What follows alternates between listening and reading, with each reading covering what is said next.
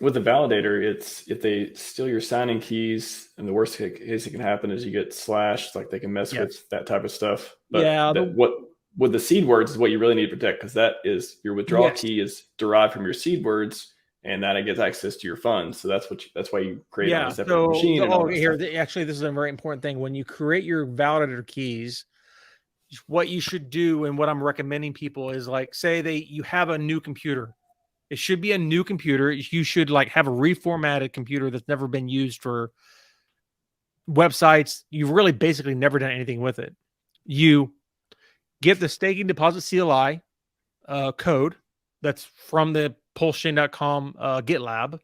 You download that from the internet, right? You got to get it from the internet, and you update it, right? You have to do updates to make sure that it has the correct software. So it's got to have Python on it. It's got to have, so you're running like an update script, right? There's a requirements text that's inside of that where you have to update the requirements, the dependencies is another word for it, to like, so that your computer has everything it needs to run the actual script to create the validator keys. So you get the requirements, you install the deposit period CH file. This is the actual script that will create your validator keys.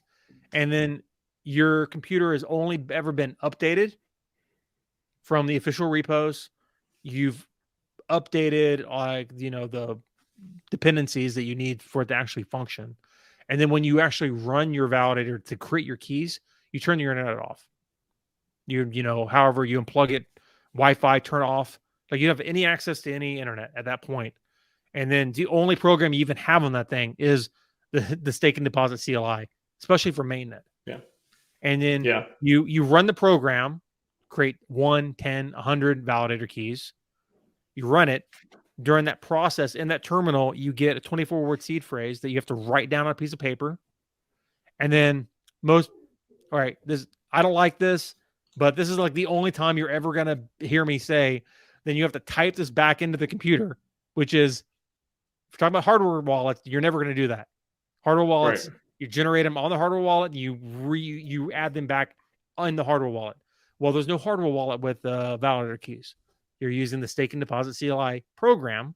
So this is why it's so important that you have a computer that you've never used for anything else. You've never gone to the internet. You haven't downloaded a bunch of random programs. Like the likelihood that you have a keylogger malware on this new computer that's basically like off the shelf with official software, updated from official sources, and you've only ever installed one program from PulseChain.com, the likelihood that there's any malware in your computer is so low that it's like, right? Yeah. You mitigated all the issues of like maybe possibly having a malware keylogger on your computer. Another good one I heard is a live CD. So just use a live CD infirm. USB. You have a USB stick that you log in with the USB stick. So it's a new install, but you could totally do that too. And I mean, you could do that with almost any computer too, because those install on Windows, Macs, whatever. You're installing from the USB, and you're doing the same thing. You're installing stake and deposit CLI. Nothing has ever been connected to the internet. You make sure the internet's turned off, and then you write the 24-word seed phrase on a piece of paper. No copy and pasting, no screenshots, like none of that stuff ever. Then you have to type it back into the program to verify that you wrote down all the 24-word seed phrase, because if you want to get your withdrawal keys, then you need that 24-word seed phrase. If you want to generate more validator keys, so if you generate 1 and then later on you want to generate 9 more, you should do it with the same seed. So you have 1, 2, 3, 4, 5, 6, 7, 8, 9, 10. Because otherwise you're going to confuse yourself, and now you're going to have multiple 24-word seed phrases. And it's actually just more likely you'll be confused, and you're like, which seed is what validator key? And then now you've just added a huge confusion for yourself. And what you don't want to have to do is you don't want to have to keep like spreadsheets of your keys. You know what I mean? Like, do you really want to keep a record like on your computer of like, and then maybe you accidentally leak private data because you don't know as much as you think you know. So to alleviate that, you should basically know you have 1 key, 100 keys, 10 keys, and then you have a 124-word seed phrase, and then like as part of that, you say, I have 10 keys, right? Right. And then if you update more, your index would be 10, and then you're creating 10 more. And then you can put the new mnemonic, you can actually create more validator keys. It's actually very simple. And then we talked about it before where you can do an interactive window where if you just do a period / deposit.ch new mnemonic, then they'll go through a process of asking you what language, how many keys. But if you use the command line and you use the flags, the chain, PulseChain testnet v4, how many validators, 10, then you can set this flag that's the -- eth1 _ withdrawal _ address equals the Ethereum address. That's a hardware wallet. That is what I tell people is this address, this hardware wallet should never be used for anything ever because you don't want it to be compromised. Because once you set it for the withdrawals, the rewards to be a validator, you can't unset it. You can't change it. So this is probably the most important wallet. So it should be a separate hardware wallet that you don't do anything with. You don't do DeFi. You don't do exchanging. You don't do anything. You basically only receive withdrawals, rewards, PLS rewards. And then if you want to use those PLS rewards for something, then you just move them out of that address into a different hardware wallet. And then now you're doing your DeFi, you're doing your trading, or whatever.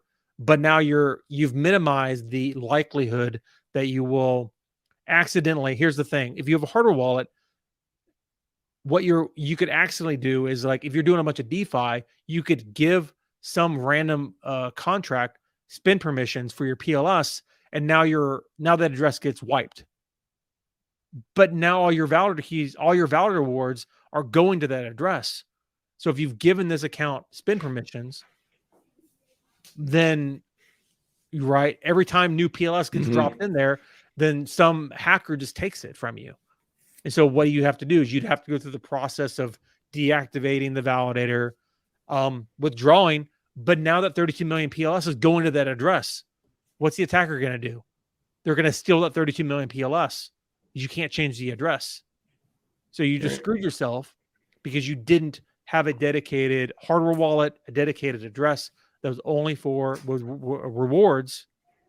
So I'm telling you, just to, and your group, everybody that's watching this is incredibly important, especially if you're running one validator, if you're running 100 validators, doesn't matter.